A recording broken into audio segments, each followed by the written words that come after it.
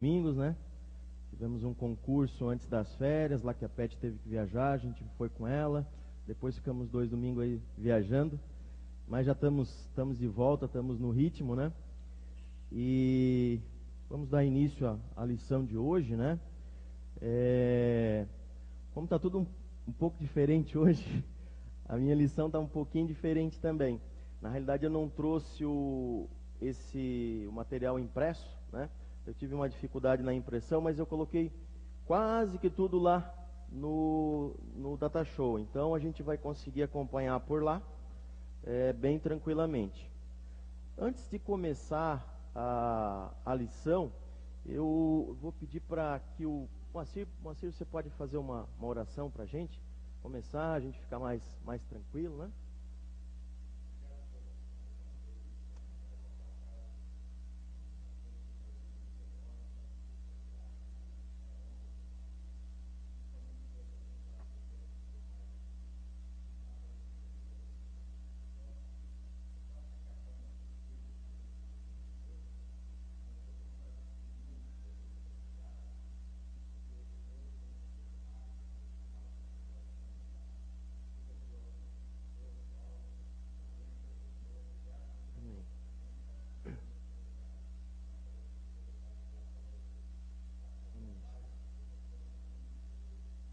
Amém. Bom, então vamos à lição de hoje. Estamos naquele ciclo de estudos sobre teologia sistemática e dessa vez os atributos de Deus, né? Sempre lembrando que a teologia sistemática é uma forma de estudo onde você sistematiza, onde você cria uma forma de estudo, ou seja, separada, sintetizada, com uma sequência. É uma forma de se estudar a palavra de Deus. Os estudos também têm um embasamento em alguns teólogos, né? Nesse caso aqui, o Luiz Berkoff, que a gente já citou anteriormente, e a gente tem hoje falando sobre os atributos de Deus. Quem pode me definir o que é um atributo? Não é um tributo, né? Hoje a gente está muito acostumado com tributo, né? Tem que pagar imposto, né? Não é tributo, né? É atributo. Uma qualidade, né? O que mais? Característica, né?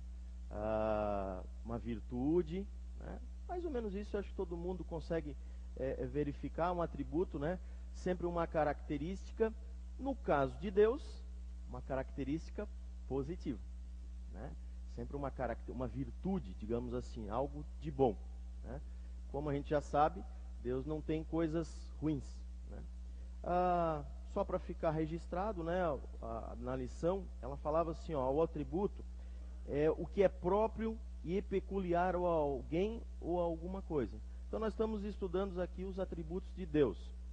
Quando estudamos os atributos a respeito de Deus, a palavra atributo pode dar a falsa ideia de que Deus precisa ser complementado, ou que ele pode ser acrescentado, a que ele pode ser acrescentado algo. Quando a gente fala dos atributos de Deus, se a gente fosse nomear os atributos de Deus, quantos seriam? Quantas virtudes Deus tem? Todas, né? Se ele é perfeito, se ele é completo, ele tem todas as virtudes, né? E aí a gente pode perguntar mais, cabe ainda a gente estudar isso, se ele já tem todas, né? Até mais das que a gente possa imaginar? Cabe a gente estudar, porque isso pode nos trazer algumas informações, porque algumas dessas virtudes que Deus tem, nós também temos, ainda que limitadamente, mas nós temos.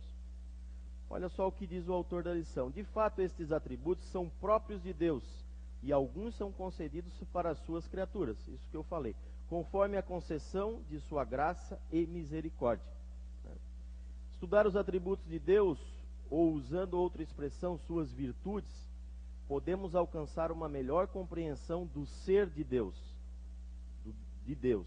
de sua essência, e também de alguma forma conhecer melhor a nós mesmos, pois somos criados à sua imagem e semelhança.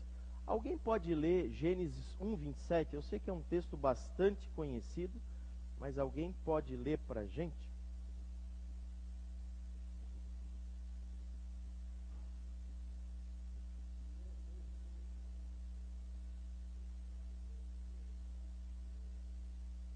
Criou a sua imagem e semelhança. Alguém pode ler de novo aí, por gentileza?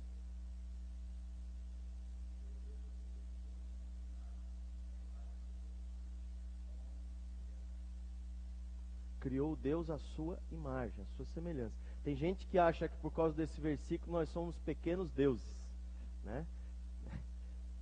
Semelhança não é igualdade, né, Sandra? É parecido, né? É semelhante, mas não é igual. Senão nós seríamos aí pequenos deuses, né? E não é isso. Tá? Então, por que nós somos semelhantes? Porque nós temos alguns atributos que Deus também tem, mas que foi Ele que nos concedeu. Tá? Olha só, agora na lição entra uma divisão bastante. Pode passar lá. Acabei já pulando isso aqui, né? Que é a introdução, que já foi feita. Nós vamos falar sobre teologia natural e teologia revelada, né? Os atributos de Deus segundo essas duas formas de estudar. Os atributos incomunicáveis de Deus e os atributos comunicáveis de Deus. E por fim, a conclusão. Pode passar. A introdução a gente já acabou falando, né? Pode passar. Isso. Agora aqui a gente entrou numa divisão, né? Bastante grande aqui. Eu fiz esse quadrinho aí, ele não tem lá na lição. Esse estudo depois posso passar para os irmãos. Acabei dividindo para ficar um pouco mais fácil da gente entender. Primeiro ele fala lá sobre teologia natural, né? Olha só o que diz aqui a lição sobre isso. O estudo dos atributos de Deus poderia ser visto a partir do homem. Então, a gente estuda os atributos de Deus a partir do ser humano, né? É uma forma de se ver. Suas experiências e sua ciência, ou seja, como é que a gente entende as características de Deus, as virtudes de Deus, de que forma? Uma das formas é estudando a partir do homem para se chegar a Deus, né? Olha só. Esta forma de ver e entender a Deus chama-se de teologia natural. É sistematizada pelos escolásticos. Aí a gente, às vezes, o termo a gente não entende um pouco, né? Tem que procurar lá no dicionário. Ele diz o seguinte: é uma forma de estudo, né, que pertence à escola, de modo a conciliar a fé cristã com um sistema de pensamento racional. O que quer dizer isso? Que ele não leva em consideração coisas sobrenaturais, nem revelações. Tá? É uma forma de estudo, né? Estudaram bastante, mas dessa forma. A gente vai ver que ela também não é correta, porque ela estuda Deus a partir do homem, né? Segundo os teólogos, nesse caso aqui, Luiz Berkoff. Olha só o que ele diz. Para eles, é possível dividir os atributos em 3 classes: causal, a negação e a eminência, que eles estão lá em cima. A primeira trata do criacionismo, onde Deus é onipotente para criar todas as coisas e também sábio e poderoso para reger suas criaturas. Se a gente olhar dessa forma, né, não tem problema nenhum. As características, os atributos ali, eles estão corretos, não tem problema. O problema foi a forma como eles estudaram. Olha só, a segunda observa as imperfeições apresentadas pelas criaturas pós-queda, pós o pecado, e atribui a Deus virtudes opostas aos defeitos encontrados. Os homens são infiéis, mas Deus é fiel. Alguém pode ler para mim, por gentileza, 2 Timóteo 2,13?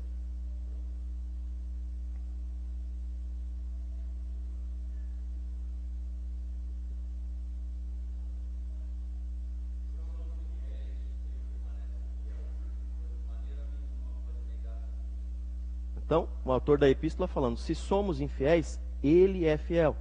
Então, é uma negação, né? Ou seja, nós somos infiel. Ou uma pessoa é fiel ou ela é infiel, não tem, né? O meio termo não tem, ele é meio fiel, né? Não, é aquela pessoa que não dá, ou ele é fiel. O que a gente pode considerar às vezes assim, né? Ele está fiel, né? Nos últimos períodos ele está fiel. Mas Deus é fiel, nós somos infiéis, né? Não mudar. né? É.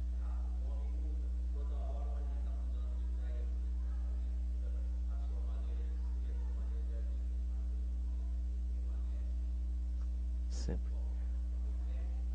É. E dependendo da situação, do aperto, às vezes o homem muda mais ainda, né? Dependendo da situação, ele... né? Às vezes, quando está tudo muito tranquilo, a pessoa até parece fiel, né? Mas quando ela está sob pressão, ela se torna infiel. Mas Deus é fiel. Então, é uma das características que esses autores aqui da teologia natural, eles tentam explicar através disso, né? Mas a característica de Deus é fiel. Deus é um Deus fiel. É um dos atributos que ele tem. E por fim, os atributos eminentes são aqueles visíveis nos homens, mas que em Deus assumem o status de perfeição. Vocês conseguem me dar um exemplo disso? É simples, né? Nós temos atributos, aliás, nós temos atributos que Deus também tem, né? Ou melhor, nós temos atributos que Ele tem. Só que em nós, esses atributos são imperfeitos. Nós não temos a perfeição nesses atributos. Alguém pode me dar um exemplo disso, não? Seu Sérgio, o senhor pode me dar um exemplo disso, não?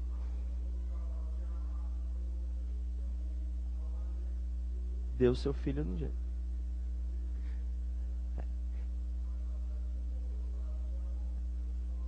Conosco. Bondade, né? Deus é totalmente bom. Nós não somos. Tem momentos que a gente não age com tanta bondade. Outro exemplo, por exemplo, seria, deixa eu ver aqui, a fidelidade, né, que a gente falou também. Oi? Misericórdia, era esse que eu queria falar, né? Deus é misericordioso, né? Nós nem sempre agimos com misericórdia. Então, eles falam isso. Em Deus é perfeito. E em nós também temos esses atributos. Mas nós não temos neles a perfeição. Tá?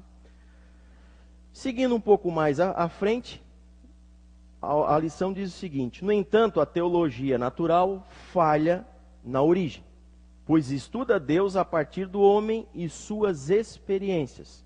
Então, por isso que eu botei aquele sinalzinho de vermelho lá em cima com um xizinho, a teologia natural, nesse aspecto aqui, ela falha na sua origem, porque ela começa estudando a Deus, começa pelo homem, e na realidade não deveria ser isso. Por quê? Porque o homem é imperfeito, né? Então, como é que a gente começa estudando do ponto de vista não teológico, mas científico?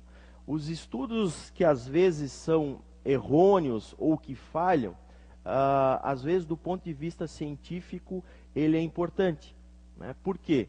Porque apesar de um estudo estar errado, ele nos dá subsídios para, num outro estudo, encontrar o que é certo. Então, a teologia natural, ela falha nesse aspecto, mas ela nos ajuda em outro aspecto. Procurar uma outra forma de estudar a palavra de Deus que nos dê condições de ter as formas certas de entendimento. Então, a teologia que a gente passa a estudar a partir de agora é a teologia revelada. Tá? O que diz isso? Ainda que a teologia revelada é fundamentada na Bíblia e não no homem. Tá? Porém, ainda depende da ação de Deus e do seu Espírito para que seja de fato aplicada corretamente à mente humana. Então, antes a gente tinha a teologia natural, que até nos ajuda de certa forma, mas ela erra na sua origem. E agora a teologia revelada, que é fundamentada na Bíblia, nas revelações que os profetas, que os apóstolos tiveram e escreveram na Bíblia. Então, olha só, alguém pode ler Gálatas 1:12, por gentileza?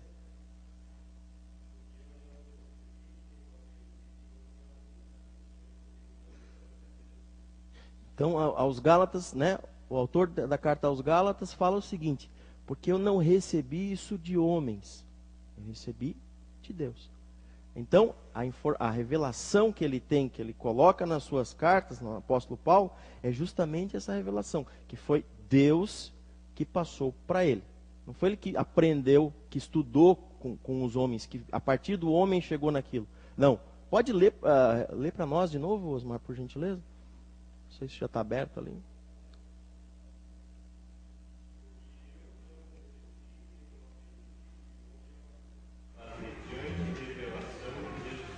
Mediante revelação de Jesus Cristo. Então, os ensinamentos que o apóstolo Paulo que nos passa foram revelados através de Jesus Cristo. Né? Embora Paulo não tivesse tido contato físico, né, com Jesus Cristo. Então, mas foi através dele que ele nos passou. Seu Sérgio? Hã?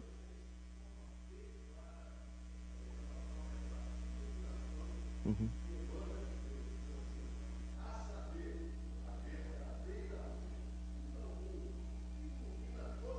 Ilumina a todo homem.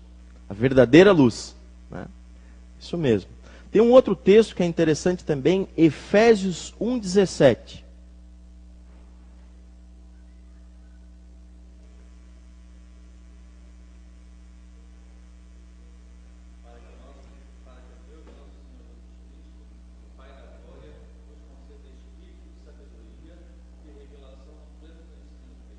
Então, para que o próprio Jesus Cristo nos conceda espírito de sabedoria e de conhecimento, revelado através dele próprio. Né? Então, por isso que a gente fala aqui de teologia revelada. Seu Sérgio, o senhor pode repetir o texto lá, João 9. Então, se alguém... Uhum.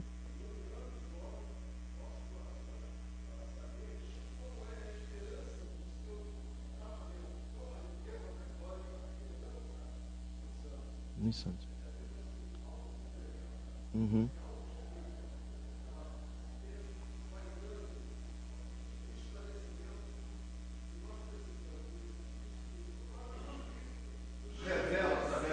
Nos revela através da palavra. Então, se alguém quiser anotar, né, às vezes tem gente que gosta de anotar os textos, né, além dos que a gente... João 1,9. Olha só, continuando o que a lição fala, né? Porém, mesmo sem esta ação sobrenatural, é possível aos homens estudarem a palavra e encontrar nela o conhecimento do Altíssimo, sem contudo serem alcançados pela salvação eterna. Isso a gente já comentou aqui em outras lições, que tem pessoas que estudam a Bíblia, tá? Mas elas não têm uma ação sobrenatural, digamos assim, de Deus, a fim de concedê-las a salvação eterna. A pessoa lê, estuda, sistematiza, divide, sabe tudo, mas ela não tem a salvação. Ela não acredita naquilo ali propriamente dito. Né? Então, por isso que tem muitas pessoas que às vezes leem a palavra de Deus, mas acabam não se interessando, ou se convertendo, ou aceitando Jesus Cristo como Salvador das suas vidas. Né?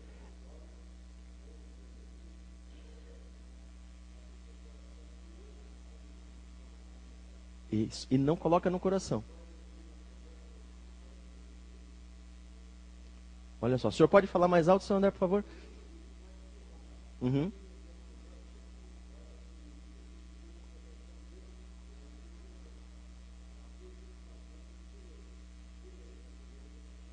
Ele...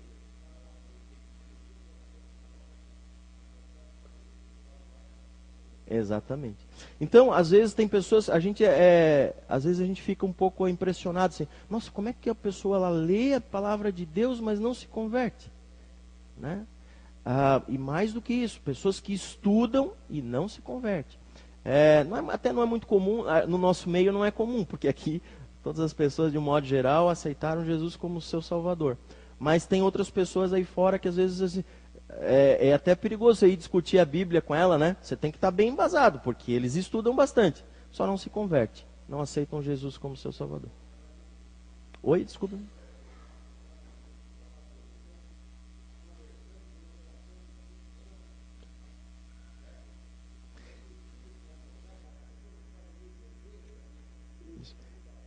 É o que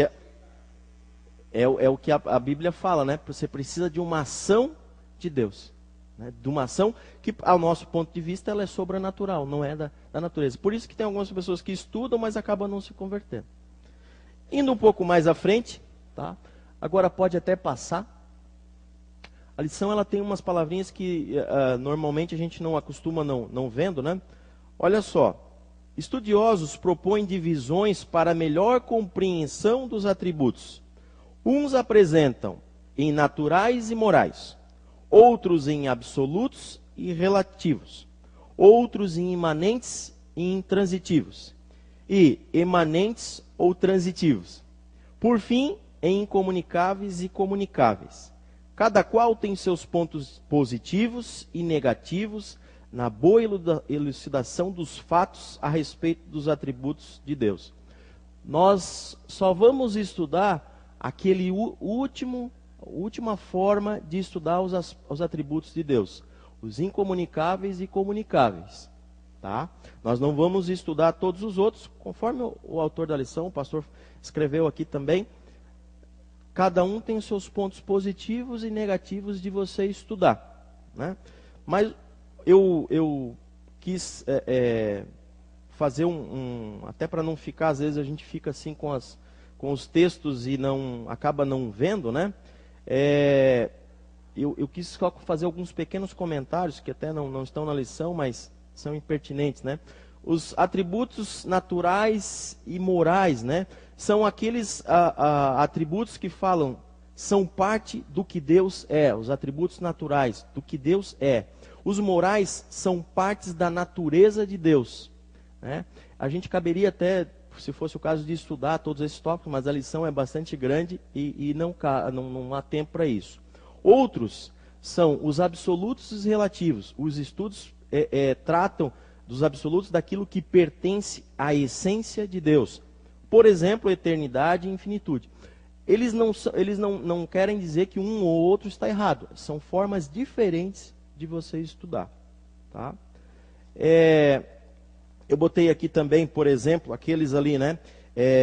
Imanentes ou intransitivos.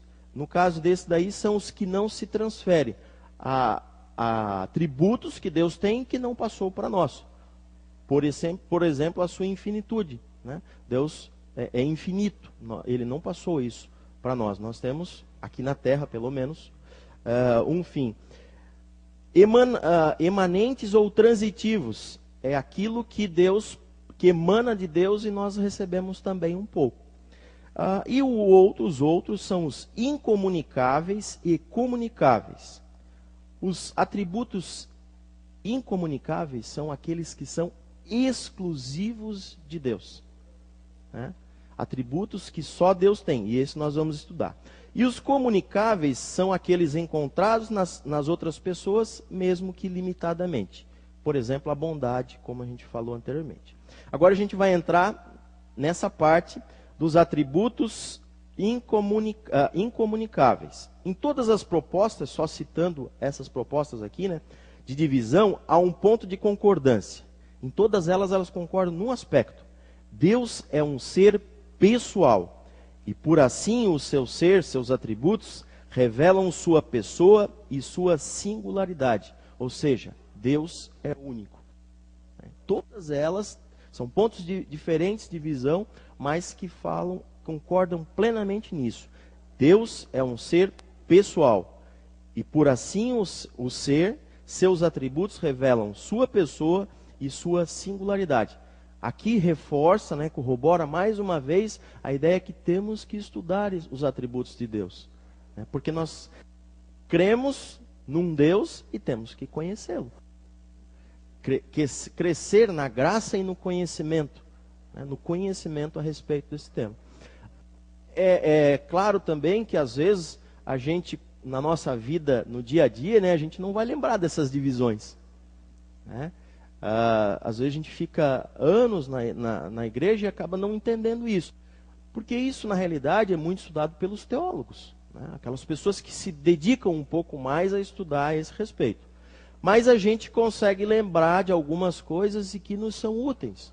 Que nos mostram a nossa relação com Deus. Porque Deus é uma pessoa, a gente se relaciona com Ele. Né? Então, vamos estudar agora o tópico 2 da lição, que são os atributos incomunicáveis de Deus. Uma palavrinha um pouco diferente, que a gente não está muito acostumado, né? Mas traduzindo, ela seria assim, ó, os atributos exclusivos de Deus. Olha só, como vimos nos textos citados sobre a pessoa e a singularidade de Deus, chegamos à conclusão de ele ser um Deus absoluto. O que é absoluto? Não consegue definir o que é absoluto? É uma palavra do latim, né? Eu botei alguma coisa lá, não? Ah, botei, né? Já passei a cola lá. O que é absoluto? Não é, Raquel? Você sabe nos dizer aí o que é absoluto? Pode.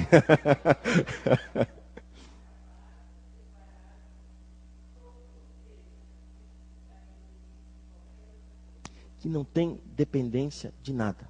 É absoluto. Ele age por ele. Ele é próprio em si mesmo, ele é completo. Né? Às vezes fica um pouco... Eu não queria usar essa comparação, mas ela não é na íntegra, assim, mas às vezes nos ajuda. Quando a gente tinha em alguns países do mundo aqueles governos absolutistas, a palavra é essa, né? Não estou comparando Deus com aquelas pessoas, né? Não é isso. Mas o governo absolutista, o rei, o presidente, aquela pessoa dirigia e as ações dela eram por ela própria e as pessoas não cabiam questionamento ou porquês. Né? A comparação até não é muito boa assim, mas a palavra é essa mesmo, né? Ele falava de absolutista. Não estou comparando esse aspecto com Deus, mas estou dizendo o seguinte: a palavra absoluto, né, significa desligado, ele não tem ligação, ele não precisa das outras pessoas, ele é acabado, ele é separado, ele está pronto, ele é solto, ou seja, aquilo que existe independe de qualquer outra coisa. Deus não depende dos outros. Né? É isso que a gente entender. Eu sou, né? Não tem mais nada. Né? Lá em Êxodo, né? Isso é Êxodo, né? Eu sou. Até, acho que ele pergunta, né? Mas qual o seu nome, né? Eu sou. Pronto, eu sou o que sou.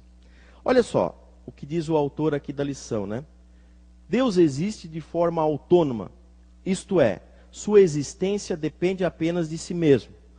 Seus pensamentos não são como os dos homens.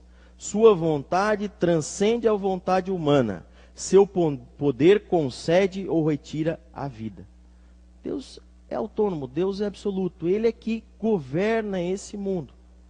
A gente acredita nisso, tem certeza disso pela fé. Embora às vezes as coisas não apareçam assim.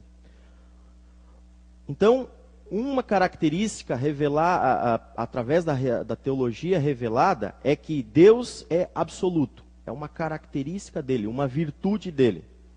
Outra virtude de Deus é a sua imutabilidade. Nada pode ser acrescido ou diminuído em seu ser, pois se assim fosse, não seria absoluto. Então Deus não muda, é imutável. Tá? Por isso que quando a gente vai definir os atributos, lá no começo a gente falou, né? Quais são os atributos de Deus? E aí eu falei, todos. Deus não precisa de um, não vai faltar um que a gente não acredita, que ele não tenha. Ele tem todos. Né? Por favor.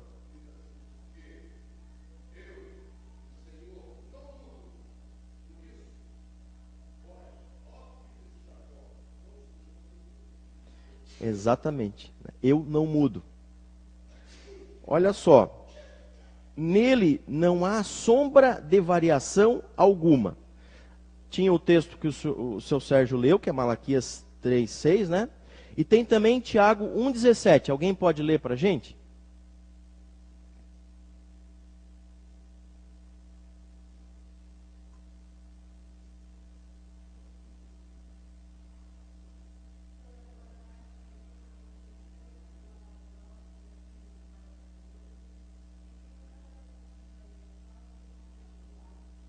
Variação ou sombra de mudança. Né? Então Deus não varia, né? Já pensou se Deus fosse temperamental? Já pensou se numa segunda-feira ele acordasse de mau humor? Parar para pensar nisso? Se Deus fosse temperamental, né, presbítero? Já pensou? Aquele dia assim, pobre não. Olha só, né? Aí, graças à misericórdia dele, ele não é temperamental. Aquela pessoa que muda o temperamento dependendo, hoje em dia está meio feio, ele está de temperamento ruim, digamos assim, né? Não, Deus é único, ele não tem uma variação, né? Agora eu vou entrar num assunto um pouquinho polêmico. A polêmica a gente não vai fazer hoje, né? Obviamente que tem muita coisa para ver. Depois a gente até passa para o pastor, né, se algum dia ele quiser discutir esses assuntos polêmicos assim, mas olha só. No entanto, né, encontramos textos que afirmam que Deus se arrependeu ou mudou de intenção.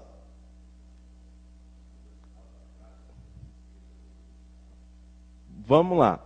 Alguém pode ler aí Jonas 3:10?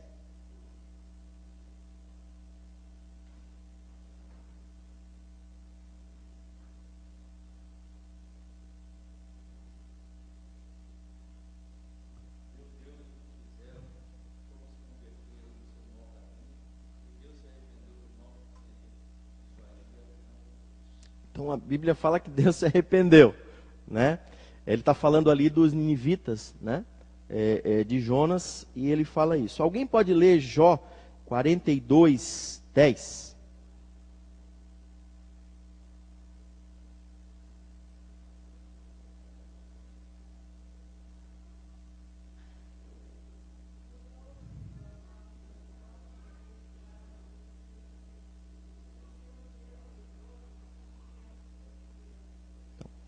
Fala que Deus mudou, né? Pode ler um pouquinho mais alto aí?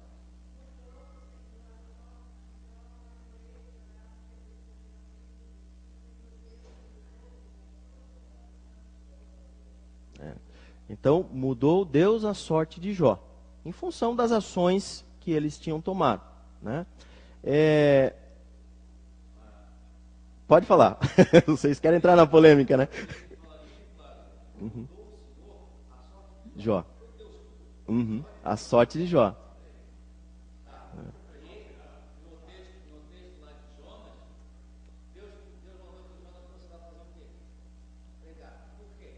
Porque eles eram. Uhum. Uhum.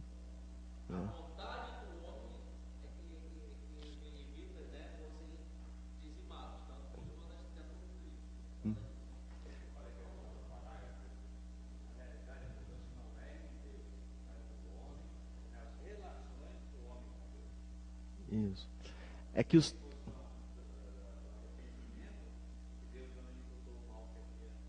Uhum.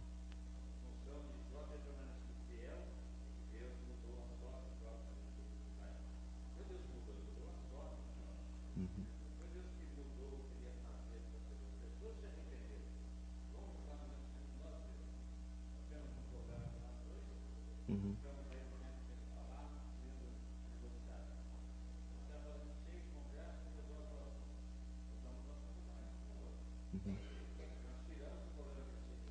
Isso.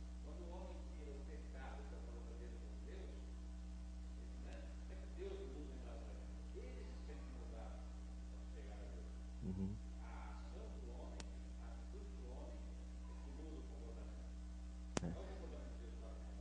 É que Deus, ele é sempre misericordioso, né? Esse é um outro atributo de Deus. Então, ele permite que ele altere isso, né? Porque ali tem um texto que ele fala que Deus se arrependeu, né? Ele fala nisso. E se a gente, o seu André, acho que ia falar alguma coisa antes de eu... 23:19, né? Desculpa.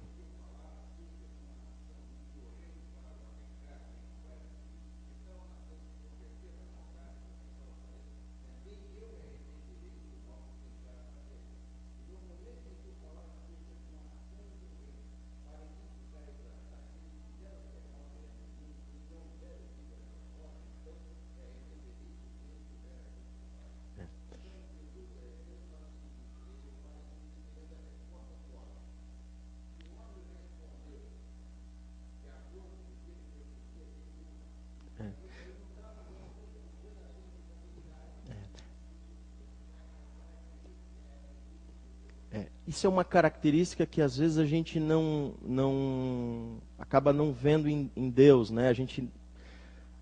Deus é o Senhor de todas as coisas, mas Ele é Senhor que às vezes Ele nos deixa escolher algumas delas, né? Permissividade. Opa, desculpa. Como os fins. O seu Sérgio, o senhor falou permissividade, né? Pode complementar?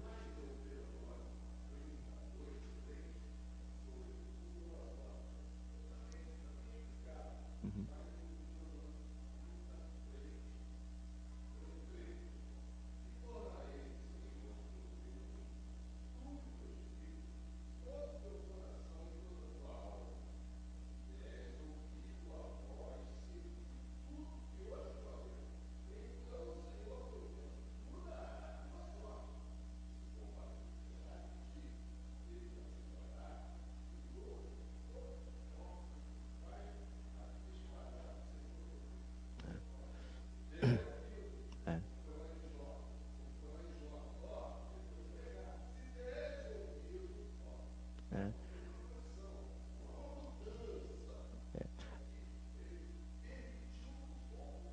É. Porque Deus não muda nem se arrepende, né? Se a gente... Opa.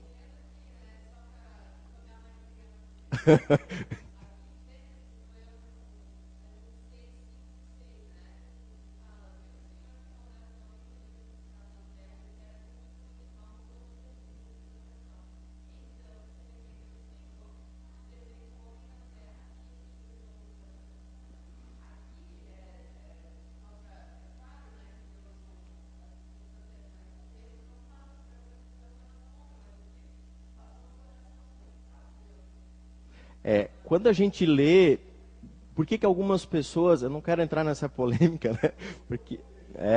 Porque às vezes assim, a gente pega os textos, a gente pegar, por exemplo, Números 23, 19. Alguém pode ler?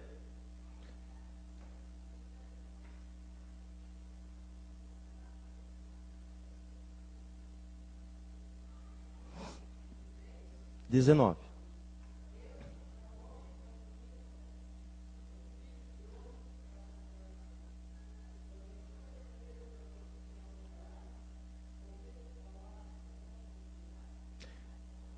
Então, a gente tem um outro texto, né, falando que Deus não se arrepende. E ali a gente tem um texto que fala que Deus se arrependeu. Então, eu não gosto de entrar nessa polêmica, porque às vezes a gente tem que estudar um pouco mais a fundo sobre isso. Olha o que o autor, o nosso teólogo aqui fala, Luiz Berkoff. Se a Escritura fala do seu arrependimento, de sua mudança de intenção e da alteração que faz de sua relação com os pecadores, quando estes se arrependem, devemos lembrar de que se trata apenas de um modo antropopático. Pois vou explicar o que é isso. De falar, modo antropopático de falar. Na realidade, a mudança não é em Deus, mas no homem e nas suas relações do homem com Deus.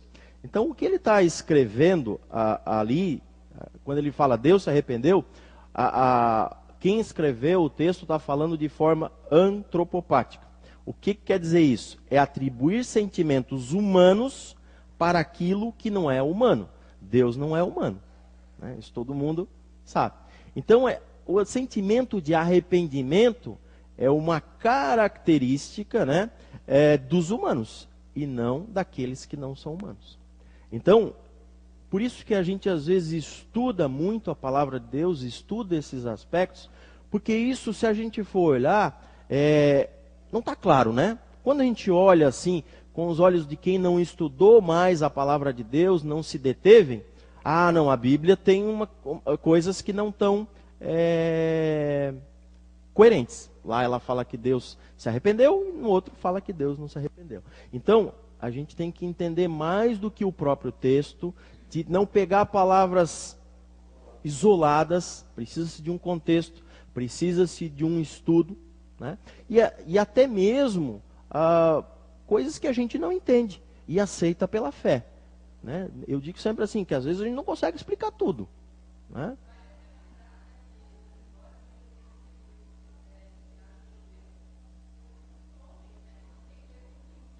Entendimento. Por isso também que às vezes, eu até não gosto de fazer essa crítica assim, mas às vezes eu vejo muita gente que vira pastor de uma hora para outra, né? E aí eu até estava comentando com a Petinha esses dias, né? Pô, a gente vê, fulano virou pastor, tal. Eu pensei, mas fez um seminário, né? Porque a gente que estudou um pouquinho mais, a gente sabe tudo quanto tem um assunto aqui. Ele parece simples, né? Mas ele precisa de mais estudos. Então, quando a gente vê o estudo do nosso pastor, por exemplo, fez 4 anos de seminário, 4 ou 5 anos de seminário, estudou teologia, estudou a Bíblia no original, né? Fez mestrado, fez doutorado, quer dizer, estudando aquilo lá. E às vezes, eu mesmo que tento ler um pouco mais, pesquiso bastante e tal, eu não me considero um teólogo. Não, eu leio o que está aqui, vou buscar informações com outras pessoas, né? Então, às vezes, se a gente pegar o texto solto, as palavras desconexas, assim, tem uma incoerência, né? Mas porque não se estudou profundamente, tá? Então, toda a leitura da palavra de Deus, e por isso que a nossa igreja preza tanto em ter uma escola dominical, porque num culto a gente não vai ter tempo para discutir essas coisas, né? Então, a palavra de Deus sempre precisa de estudo, né? Às vezes essas pegadinhas assim que algumas pessoas nos trazem, mas a Bíblia é incoerente, olha isso aqui, Deus se arrepende de um lado, não se arrepende do outro, mas tem essa forma de escrever, mais do que nós estamos vendo ali. Então essa forma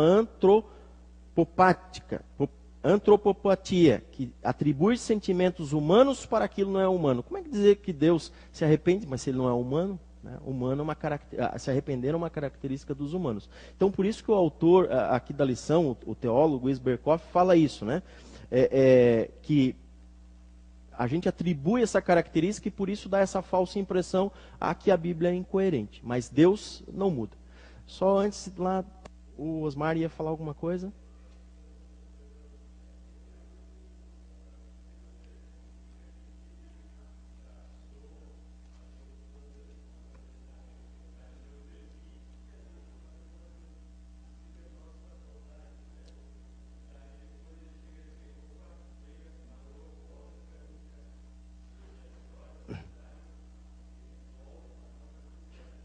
Tem coisas que Deus nos permite e tem outras que Ele não nos permite.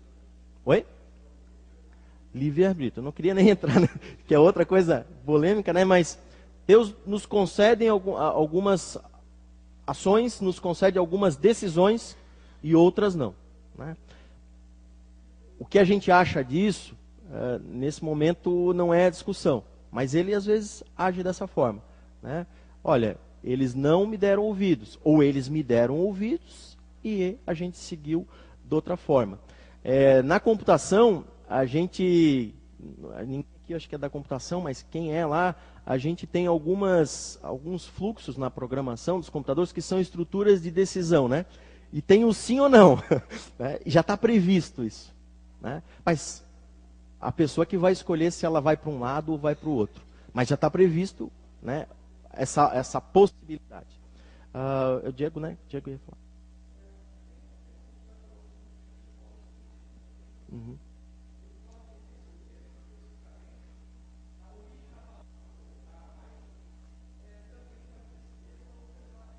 Uhum.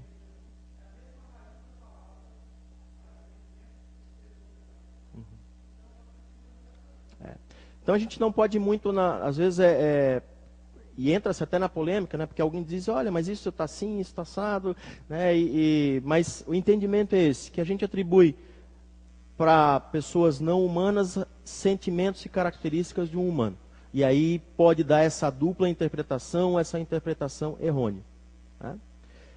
Acho que a gente fecha aqui. Se algum dia a gente pode até convidar o pastor para discutir isso mais detalhadamente, né? Que tem outros textos e tal. Um outro atributo ainda dos atributos incomunicáveis, aqueles que só Deus tem por si só, é a infinidade. Esta diz respeito à sua perfeição absoluta, isenta de qualquer limitação, eternidade, imensidade. Ou seja, Deus é infinito. Né? Algumas coisas a gente não explica, porque a gente não tem capacidade para isso. Né? Mas da onde veio Deus, né? A gente, da onde veio, né? Ele existe, eu sou. Pronto. Tem coisas que a nossa capacidade, às vezes, não nos permite explicar tudo. De si para si, né? Ele é próprio, né? Não tem alguém que vai gerar Deus, né? Isso para as pessoas é bastante difícil de entender. Eu não sei como é que está o horário aí, né, Raquel? Porque a lição é bem grande. Opa, a gente vai até 10h30, é isso? Tem mais algumas coisas aqui. A gente vai até umas 10h30, é isso, né? Pode ser, né? Então tá bom. Atributos comunicáveis de Deus. Pode passar um pouquinho mais para frente ali. Atributos comunicáveis de Deus, né? São aqueles que são encontrados em nós, seres humanos, mesmo que limitadamente. Então a gente tem alguns atributos que são atributos que Deus tem também, só que nós temos numa escala menor. Nós temos isso limitadamente. Olha só. Comunicação inteligível, moral e consciente pressupõe uma relação entre duas pessoas. Assim entendemos que Deus é uma pessoa e que quer se relacionar com suas criaturas humanas, as quais dotou de sua imagem e semelhança, como a gente já viu lá em Gênesis.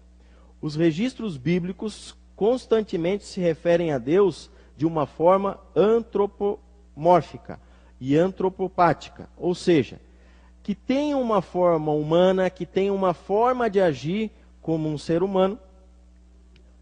A mais clara revelação de Deus aos homens encontra-se em Jesus Cristo. Às vezes a gente até tenta dar uma forma humana para Deus, mas Deus não é humano, né? Por isso que ele fala ali, Deus se arrependeu. Mas o autor do texto, ele tá escrevendo aquilo ali de uma forma que nós possamos entender, né? Olha só, uma característica comunicável de Deus. Deus é espírito. Por ser espírito, Deus está além do mundo material, pois é imaterial, invisível, sem composição física e sem extensão. Esta espiritualidade de Deus revela que ele é um ser autoconsciente e autodeterminante. Por ser espírito, não é e nem pode ser constituído de partes. Então, às vezes, as pessoas tentam criar partes para Deus, né? Mas isso não tem cabimento, né? Porque Deus é um sentido figurativo.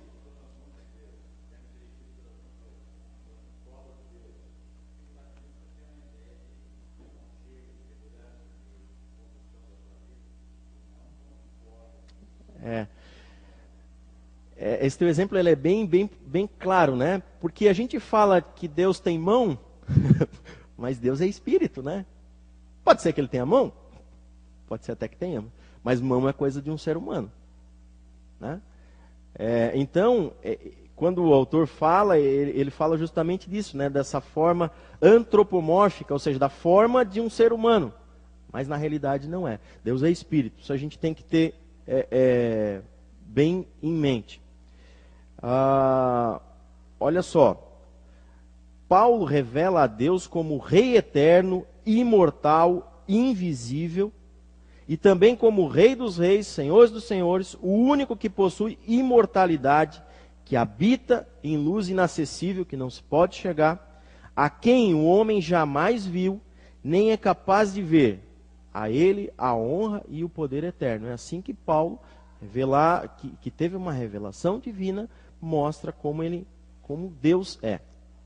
Seus atributos são intelectuais, isto é dotado do raciocínio lógico dividido em partes, conhecimento e sabedoria, que nós também temos limitadamente. Por isso que esses atributos aqui comunicáveis são aqueles atributos que Deus tem, mas nós temos de forma limitada. Por isso que ele fala ali, seus atributos podem ser divididos em conhecimento e sabedoria. Nós temos conhecimento? Temos, de forma limitada.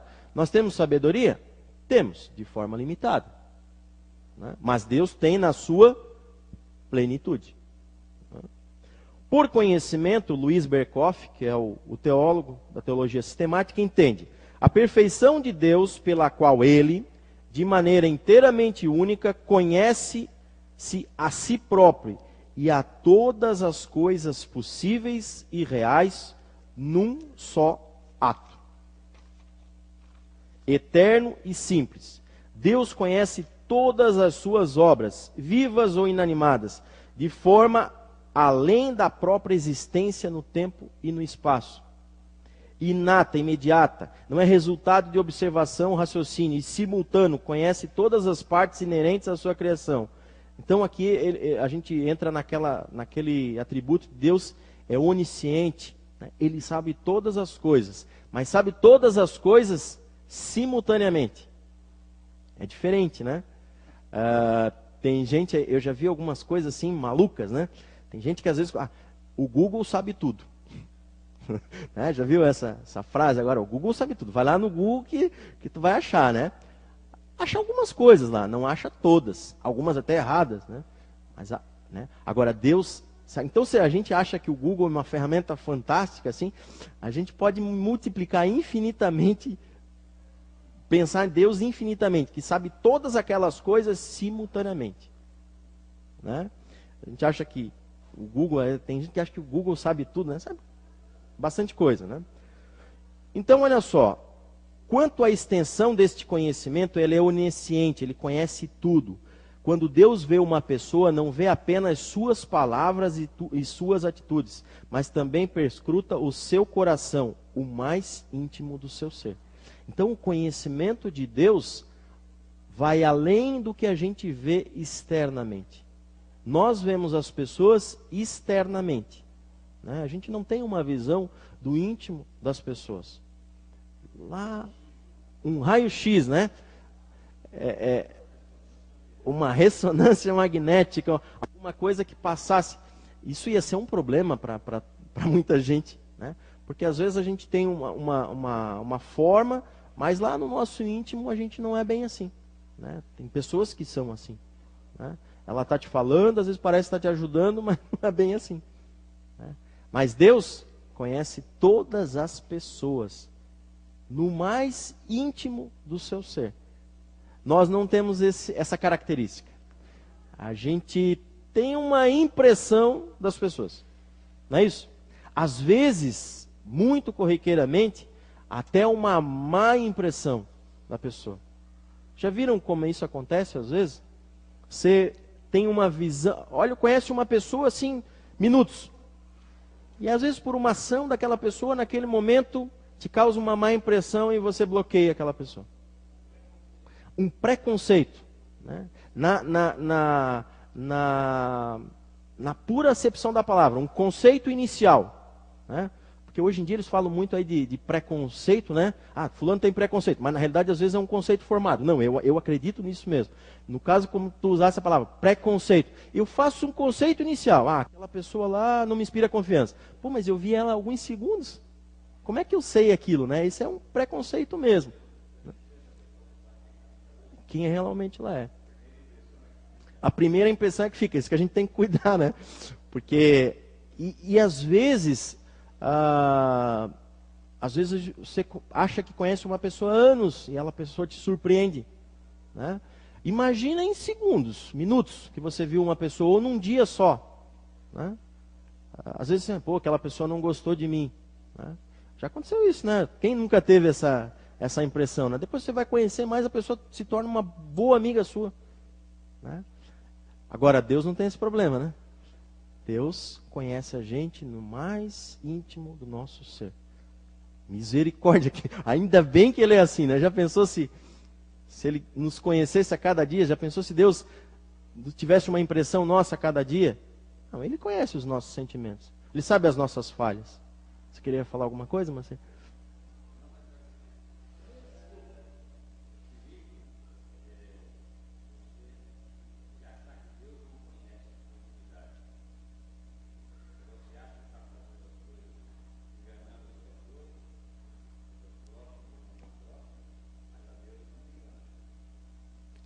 Não tem como.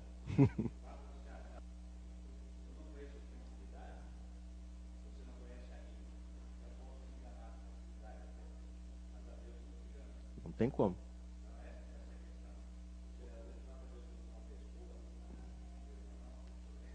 Isso é importante. Por isso que a gente estuda aqui, né? Deus tem qualidades que para nós parecem as mesmas, mas não são, né? Então o conhecimento nós também temos, mas Deus tem muito mais conhecimento que nós não temos, que é do nosso ser. O senhor André ia falar alguma coisa também?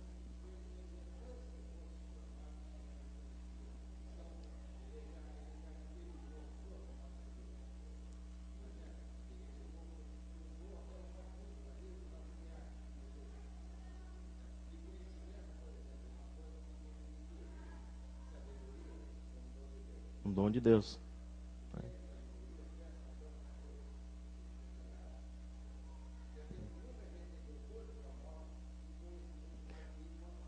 Não são sábios, né? Tem mais sabedoria. Os sábios, às vezes, a sabedoria, ela não está amparada pelo conhecimento. Às vezes uma pessoa simples é uma pessoa sábia, né? O livro de Provérbios fala muito sobre sabedoria, né? De a gente pedir a sabedoria. E às vezes a gente esquece nas nossas orações lá de pedir a sabedoria, né? E é uma coisa que a gente devia pedir todos os dias, né? Imagine que tem alguém que peça sabedoria todos os dias, né? É talvez um dos bens mais preciosos, um dos atributos mais preciosos que a gente teria, né? Dado por Deus, obviamente.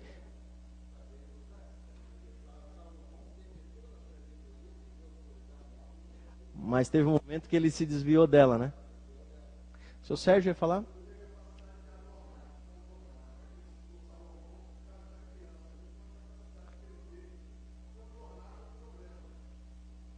Foi sábio, né? Foi sábio. Às vezes o conhecimento também nos ajuda a nos tornarmos mais sábios, né? Mas às vezes a gente percebe em pessoas sábias assim.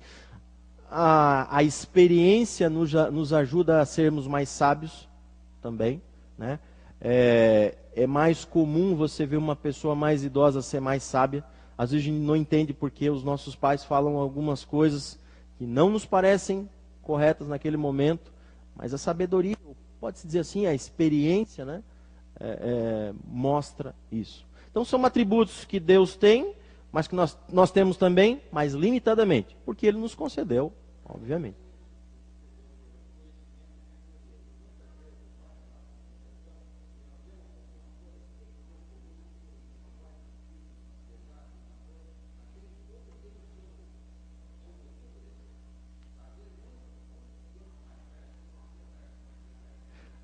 A gente não sabe por que as coisas acontecem, né? Aconteceu um episódio engraçado com a gente agora na vinda para cá. Um pouco antes de sair de casa, eu desci um pouco antes com o Paulinho. É uma coisa corriqueira, né? Mas a gente fica pensando por que acontecem essas coisas. E aí a Petinha foi tirar uma comida lá do congelador, nisso veio um arroz que estava pronto lá e pum, caiu tudo, né? Aí ela chegou lá embaixo, caiu um arroz lá, a cozinha tá cheia de arroz, né? Aí eu disse assim, acho que não era pra gente comer esse arroz. Né? Pode ser, quem sabe, né? É uma coisa assim, né? É corriqueira, é banal, né? Às vezes tem coisas muito mais importantes que uma morte de uma pessoa, uma doença, um acidente, uma perda de emprego, uma coisa assim. Mas talvez é uma sabedoria, né? Que, sei lá, podia comer aquele negócio lá e dar um problema. Deus quis que aquele arroz esparramasse para eu limpar quando chegar, né? Mas Deus quis, né?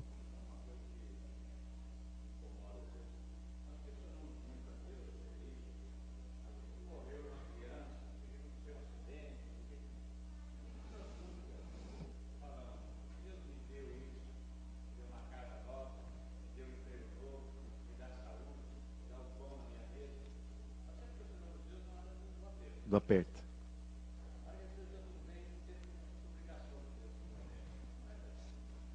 É porque vem tão fácil, né? Vem aí, a gente acaba não se preocupando com isso, né? Acha que é mérito. Mas é natural isso, né? De um modo geral, a gente sempre para se perguntar, né? Por que isso está acontecendo comigo? Né? A gente não pode se revoltar com isso, né? Eu acho que essa parada para pensar, ela é do ser humano, né? Bom, por quê, né? A gente fica triste, não tem como, né? Acontece uma coisa, pô, por que isso aconteceu comigo, né? Por que eu estou passando por isso? Né? Não dá para se revoltar, né? Aquela coisa do espinho na carne que Paulo falava, né? Pô, eu tenho um negócio aqui, né?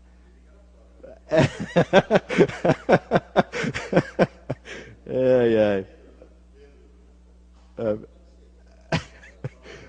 Paulo era solteiro.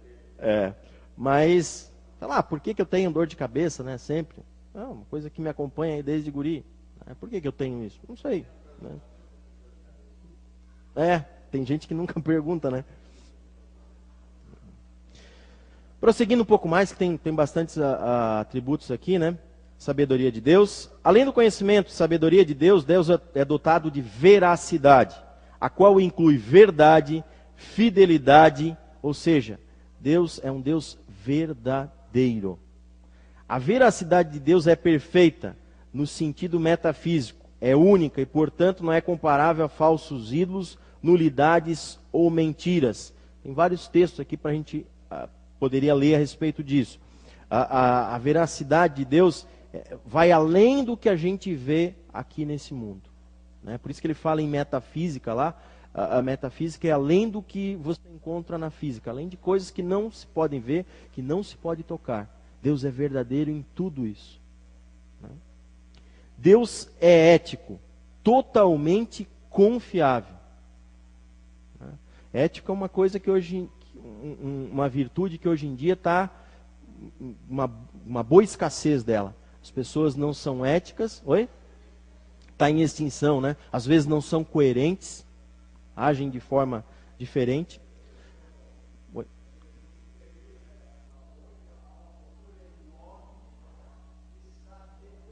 Sabedoria.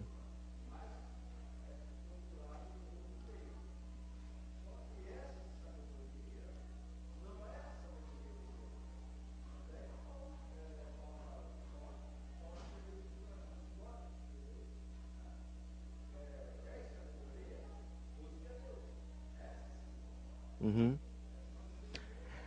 Não é o conhecimento que as pessoas buscam, as pessoas às vezes buscam a esperteza, né?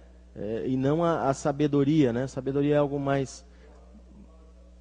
muitas pessoas buscam a esperteza, né? Como é que eu me torno sábio para ganhar dinheiro, né? É esperteza, né? Isso. Né?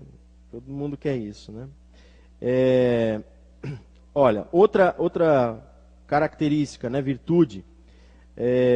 Os atributos morais de Deus podem ser divididos em 3 partes: bondade, santidade, justiça.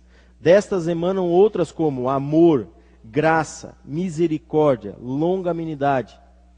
Além destes, uma virtude importante é a soberania de Deus.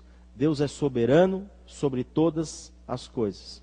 Deus governa todo esse universo. Deus nos conhece, por isso que Ele é soberano.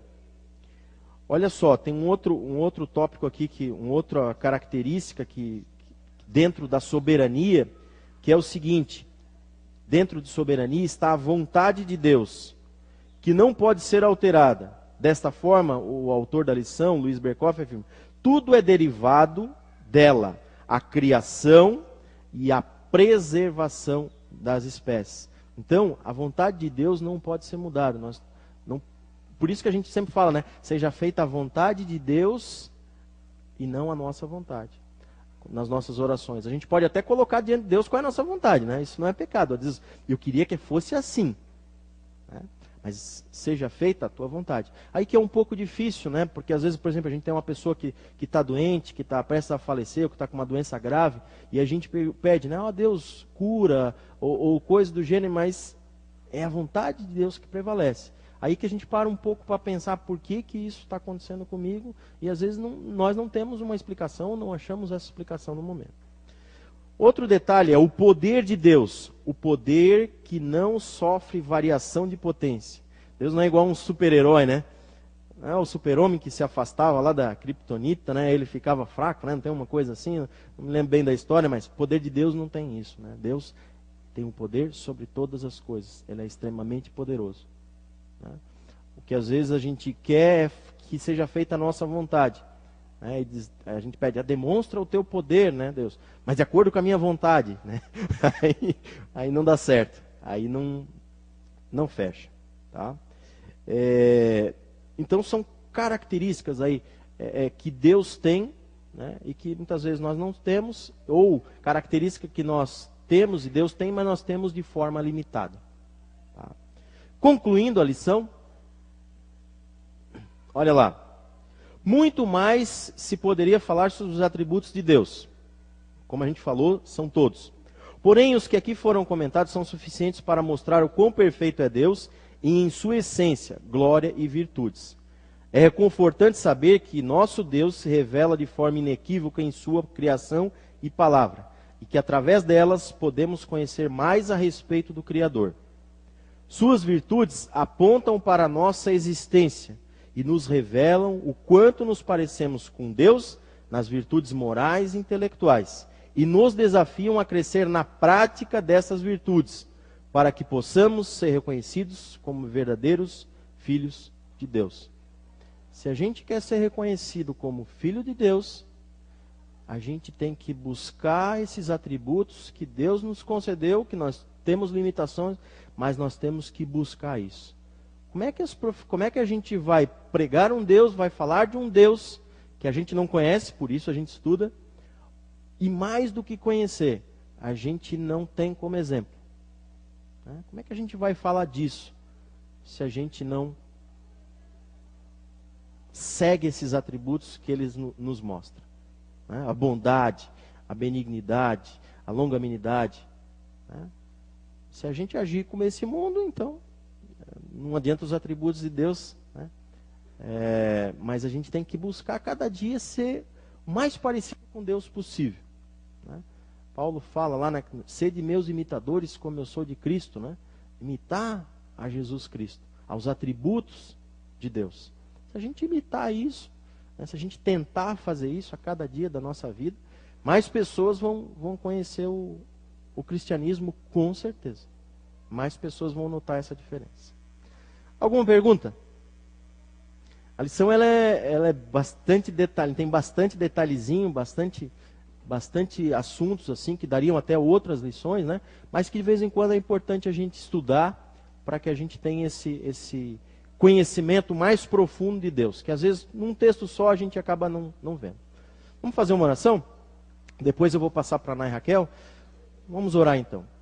Deus e Pai, nós te agradecemos, Senhor, por esses momentos que Tu nos permitiste vir à Tua casa, passar aqui, ó Pai, estudar mais sobre a Tua palavra, ó Pai.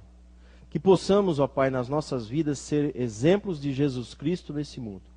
Que possamos, ó Pai, ter os Teus atributos, ó Pai, cada vez mais vivos na nossa vida, ó Pai. Que possamos levar a bondade, a perfeição, ó Pai. Que possamos falar de Ti às outras pessoas, do quanto Tu és bom, das Tuas virtudes, ó Pai.